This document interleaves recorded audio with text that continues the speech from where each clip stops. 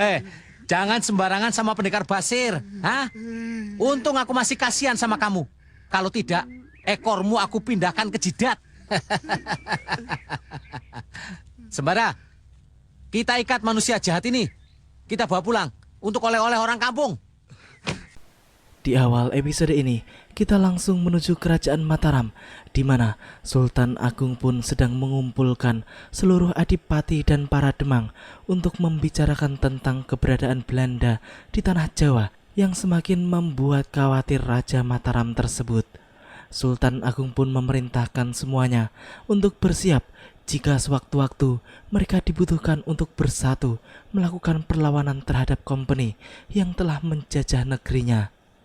Pada momen yang sangat penting itu, Sang Sultan juga mengangkat dan meresmikan Lindu Aji sebagai Senopati baru Mataram.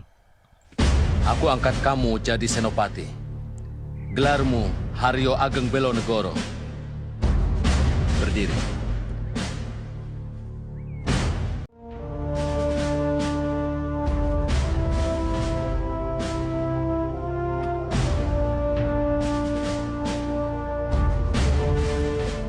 Cari nama samaran untuk menunaikan tugas rahasia. Sendiko, Gusti.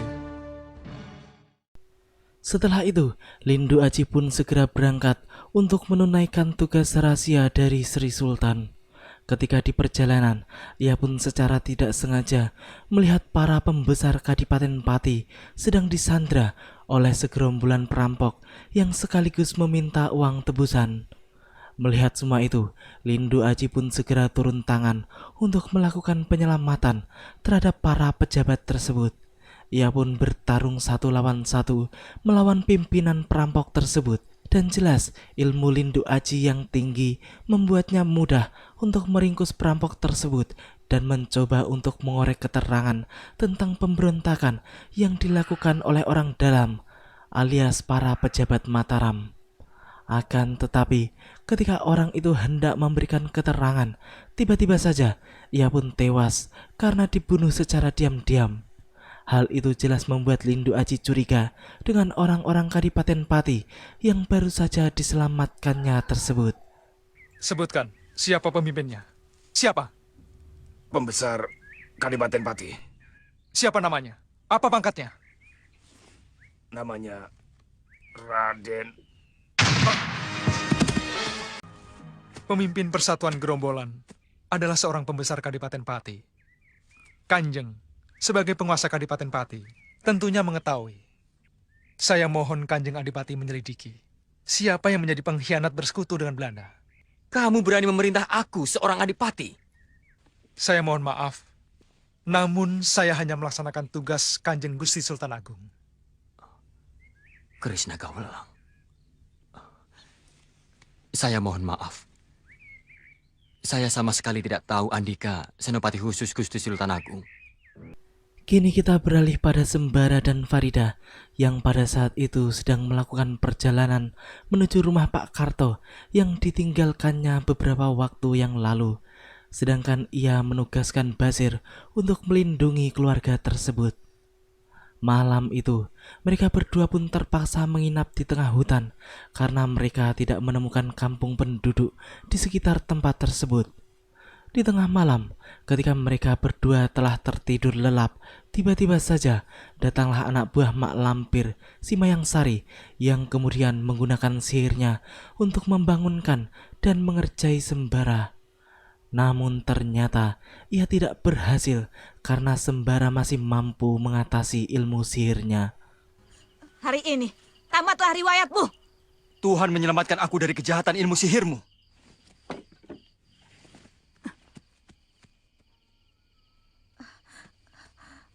Saya kalah, Guru. Saya tidak bisa mengalahkan senjata Sembara. Cambuk Sakti Cemeti Amal Rasuli. Cemeti Sakti Amal Rasuli tidak bisa dikalahkan dengan ilmu kesaktian macam apapun. Karena mengandung mujizat yang suci. Gunakan ilmu pelet jaran guyang. Gabungkan dengan ajian Suta Asmara. Aku yakin, seteguh apapun iman Sembara, dia akan jatuh dalam pelukanmu.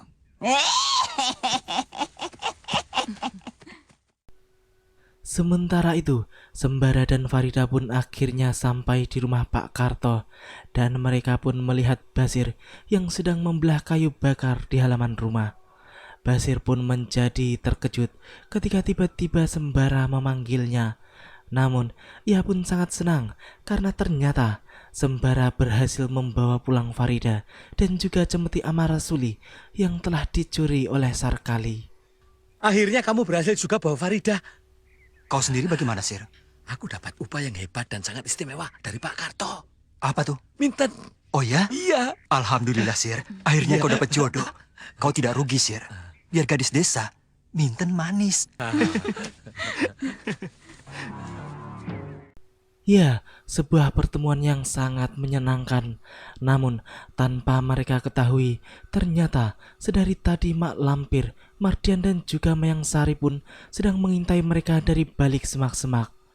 Sebelum masuk, Basir pun memberikan sejumlah uang kepada Minten kekasihnya untuk dibelikan bahan makanan yang enak-enak. Namun di perjalanan menuju pasar, Minten pun dicegat oleh Mayang Sari yang kemudian langsung menyihirnya supaya kekasih Basir itu tunduk dan menuruti semua yang ia perintahkan.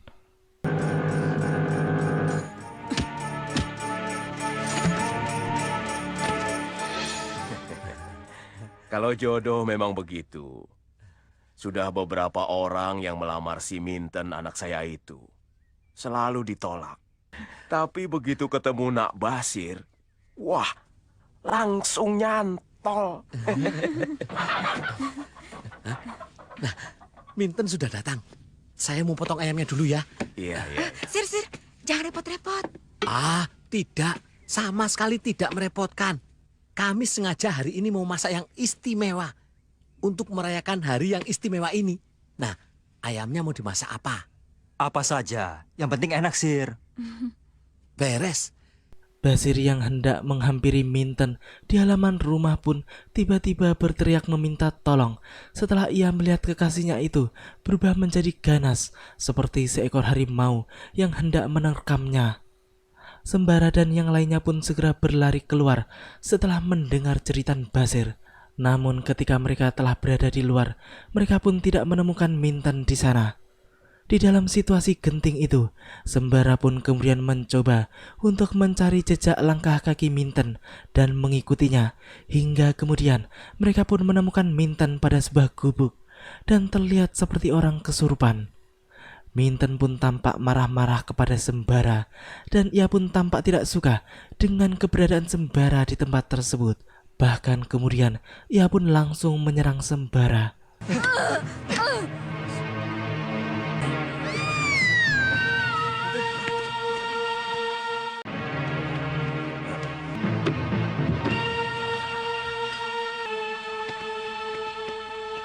Tolong dijampi, Sembara. Apa yang harus saya lakukan? Sebentar, Pak. Sedikit lagi. Setelah itu, Cukup, itu dulu. iya. Kurang ajar. Si Kerodo, keluar dulu. Cepat.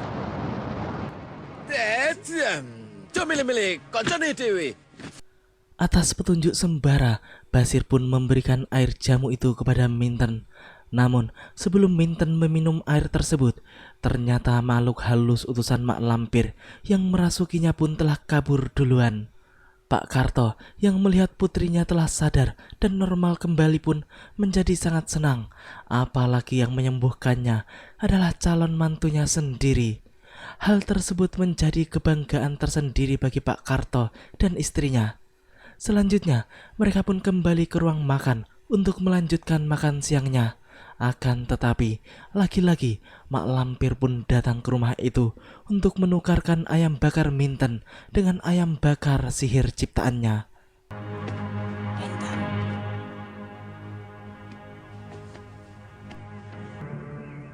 Tukar.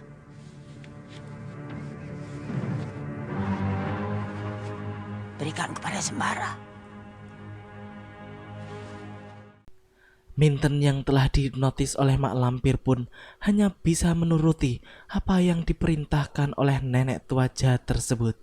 Ia pun menyuguhkan makanan tersebut untuk mereka.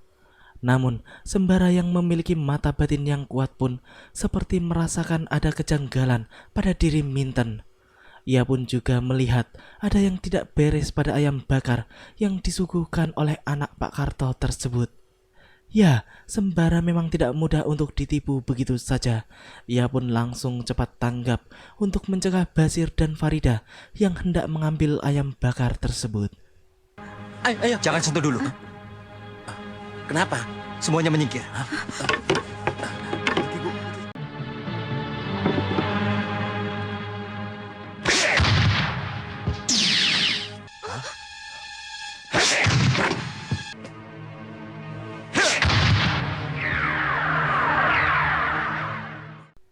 Benar dugaan sembara, ternyata semua itu adalah pekerjaan Mak Lampir. Ia pun kemudian mengejar Mak Lampir sampai ke dapur dan segera melecutkan cambuk saktinya ke berbagai arah, hingga salah satu lecutannya pun tepat mengenai tubuh Mak Lampir yang langsung terkapar kesakitan.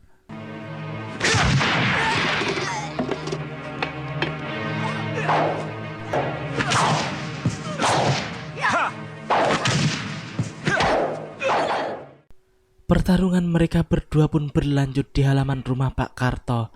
Keduanya pun tampak sama-sama kuat.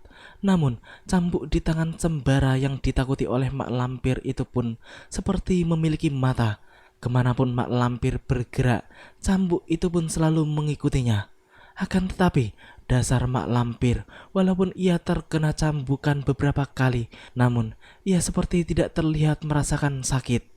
Ketika sembara baru saja terkena tendangan Mak Lampir, tiba-tiba muncullah Mayang Sari untuk membantu gurunya.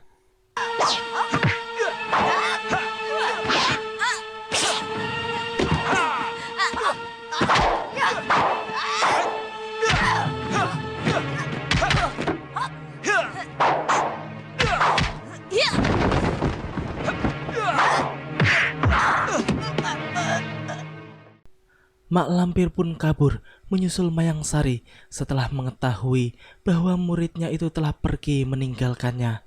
Sebab ia sendiri sebenarnya hampir tidak mampu menghadapi sembara dengan cambuk saktinya itu. Ternyata dampak cemeti Amarasuli pun sangat luar biasa. Mak Lampir dan muridnya itu terluka parah akibat terkena lecutan cambuk tersebut. Hingga mereka berdua pun tampak berjalan sempoyongan di tengah hutan. Bahkan kemudian Mak Lampir pun terkejut ketika merasa tubuhnya bagai terbakar. Mayang. Sembara.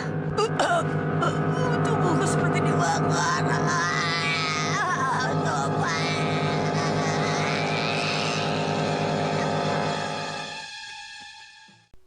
Kini kita kembali lagi ke rumah Pak Karto, di mana pada saat itu Mardian pun masih belum pergi dari tempat tersebut, sebab ia ingin menculik Farida.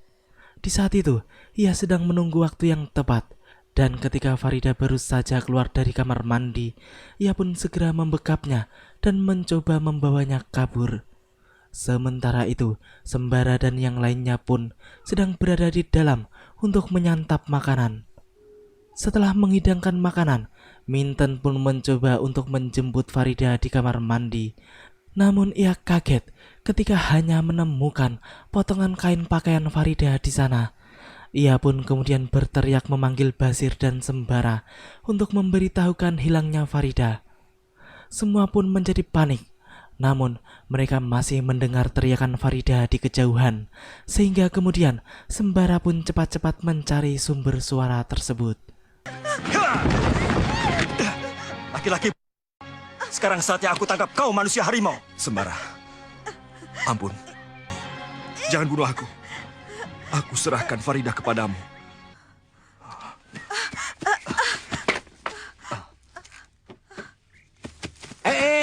Mau lari kemana kamu manusia?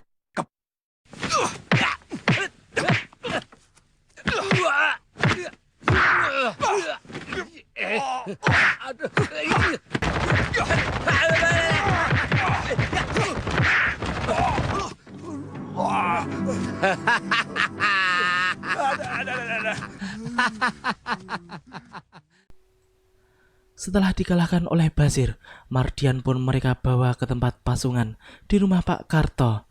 Di sana Mardian akan dipasung untuk menunggu hukumannya di persidangan rakyat nantinya. Kini kita kembali menuju hutan di mana Mak Lampir dan Mayang Sari pingsan akibat tidak kuat menahan panasnya dampak dari lecutan cemeti Amarasuli.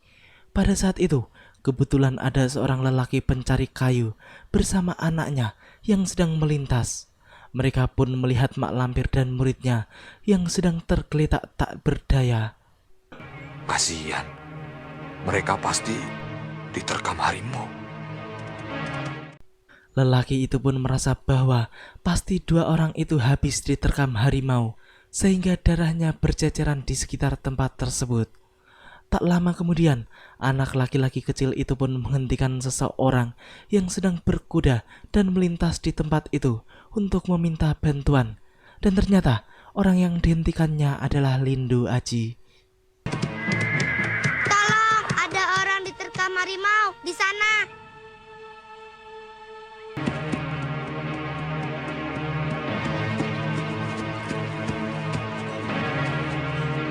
Tolong ke sana. Lindu Aji pun menuruti keinginan orang yang meminta pertolongan tersebut. Namun, ketika ia melihat dua orang yang hendak ditolongnya, ia pun langsung menolak karena ia tahu siapa dua wanita itu sebenarnya. Mayang Sari, lebih baik Bapak pergi. Loh, Perempuan ini jahat. Nenek-nenek ini pasti gurunya, pasti lebih jahat. kalau Den... Saya Aji. Nama saya Lindu Aji. kalau Den Aji tidak mau menolong, saya pinjam kudanya saja. Pak, percayalah pada saya.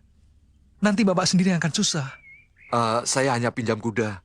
Saya akan membawa kedua perempuan ini ke rumah saya. Ya, walaupun Lindu Aji telah menjelaskan berkali-kali bahwa dua orang itu adalah orang jahat, namun pencari kayu bakar tersebut tetap tidak percaya dan bersikukuh untuk membawa Mak Lampir serta Mayang Sari ke rumahnya.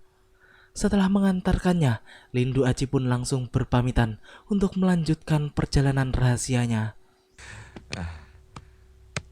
Sebentar, Den.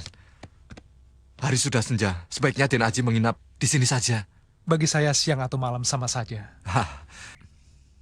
Semalam ini saja. Besok pagi, Den Aji bisa melanjutkan perjalanan. Baiklah. Terima kasih, Den. Mau menginap di gubuk saya. Demikianlah alur cerita di episode kali ini. Nantikan kelanjutan kisahnya di episode yang akan datang. Terima kasih bagi teman-teman semua yang udah mau nonton. Jangan lupa subscribe dan share, dan juga nyalain notifnya. Wassalamualaikum warahmatullahi wabarakatuh. Dan salam anak 90-an. Jangan sembarangan sama pendekar Basir. Hah? Untung aku masih kasihan sama kamu. Kalau tidak, ekormu aku pindahkan ke jidat. Sembara, kita ikat manusia jahat ini.